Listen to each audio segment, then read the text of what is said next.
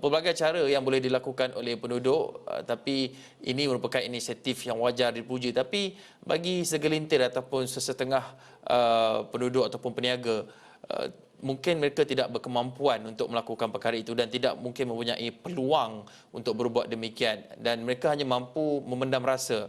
Itu yang diluahkan oleh golongan peniaga di sekitar Bukit Antarabangsa Selangor selepas dibebani 2 ujian dalam satu masa. Yang pertamanya berdepan dengan ujian Perintah Kawalan Pergerakan Mesyuarat PKPB, dan kini isu air pula yang bagi mereka ibarat tiada kesudahan. Dan wartawan Fauzi Suhaimi ada melakukan tinjauan untuk melihat sendiri realiti peniaga-peniaga kecil ini untuk mengharungi dugaan ini. Dan Fauzi juga sudah bersedia untuk berintah langsung. Fauzi, apa lagi hasil tinjauan yang boleh bersama peniaga yang boleh dikongsikan? Baik, terima kasih Hakim di WTC.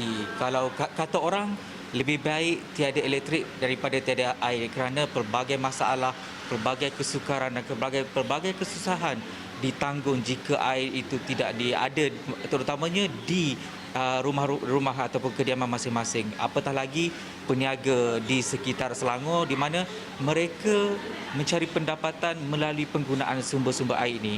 Dan hasil tinjauan yang saya lakukan di sekitar Bukit Antarabangsa hari ini, rata-rata mereka menzahirkan rasa kecewa dan rasa terkilan dengan apa yang berlaku ketika ini, kerana pada sejak September lalu sudah tiga kali masalah air berlaku di negeri ini dan ia bagaikan tiada kesudahan. Dan ini apabila ditanya berkaitan dengan perasaan, adakah mereka misalkan rasa marah ataupun geram terhadap pihak berkuasa ataupun pihak berwajib yang gagal menangani masalah air ini, pada mereka hanya mampu memendam rasa sebab masalah ini katanya bukan perkara baru, malah perkara lama yang bagaikan tiada penyelesaian, dan mereka hanya mampu memendam rasa, dan rasa itu ibarat perlu hanya diluahkan melalui tindakan-tindakan yang sepertinya mencari inisiatif sendiri untuk melakukan ataupun mendapat sumber pendapatan. Sebagai contohnya, peniaga di sini terpaksa mengawal ataupun mengurangkan operasi perniagaan masing-masing. Kalau sebelum ini operasinya dari pukul 6 pagi sehingga 10 malam, tetapi menhadkan operasinya dari 10 pagi hingga pukul 2 petang untuk mencatu ataupun mengurangkan kadar penggunaan air itu sendiri. Selain itu, mereka juga mengambil pendekatan untuk mengurangkan kadar hidangan ataupun jenis-jenis masakan yang disediakan. Kalau sebelum ini di kedai yang saya duduk sekarang ini, hasil temu bual bersama peniaga tadi, mereka selalunya menyediakan kira-kira 15 jenis masakan. Tetapi sejak kebelakangan ini, berikutan ketiadaan air, mereka hanya menyediakan kurang daripada 10 jenis masakan yang disediakan.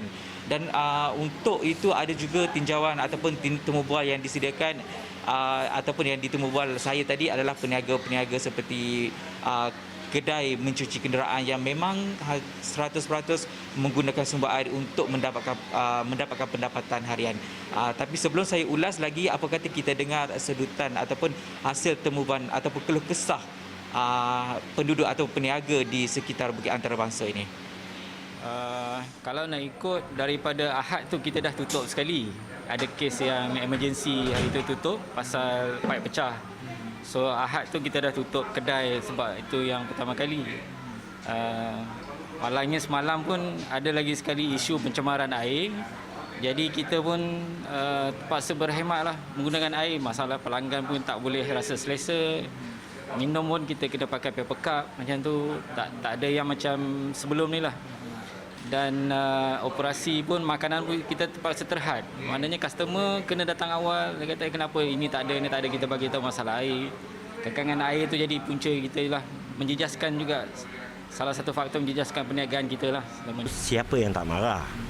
Tapi dari satu sudut yang lain tu, saya sebagai rakyat Marhain rasanya menjadi satu persoalan yang mana masalah air ni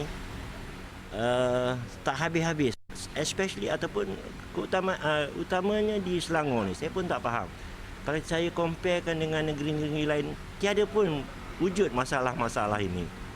Jadi saya bukannya nak menunding menunding jari kepada pihak-pihak yang berwajib, tapi mohon jasa baik bertindaklah demi kebaikan rakyat warga negeri Selangor ini.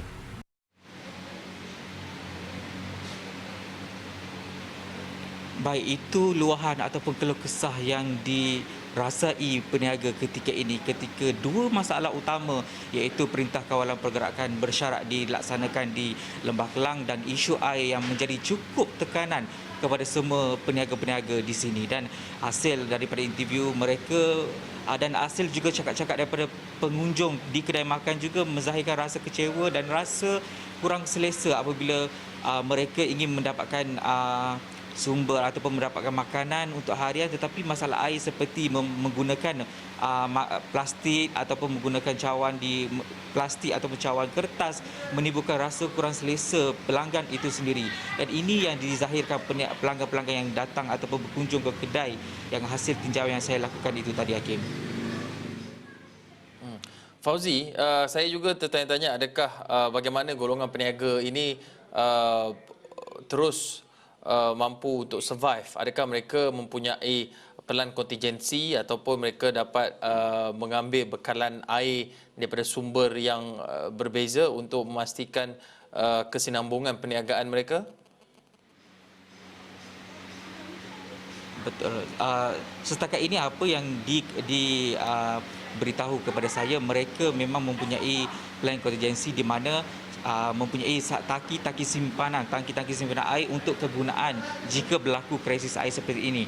Namun jika ia berlarutan, langkah yang diambil peniaga sama ada menutup kedai ataupun menghadkan operasi perniagaan itu sendiri. Kalau sebelum ini operasinya 8 jam tapi dikurangkan separuh, mungkin dilakukan secara dalam tempoh 4 jam.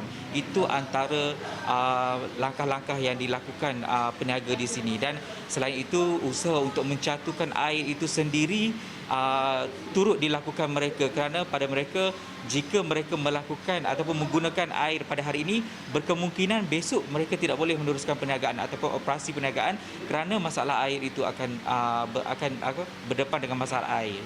Itu yang diluahkan kepada saya, Hakim. Terima kasih Fauzi Suhaimi di atas perkongsian tersebut.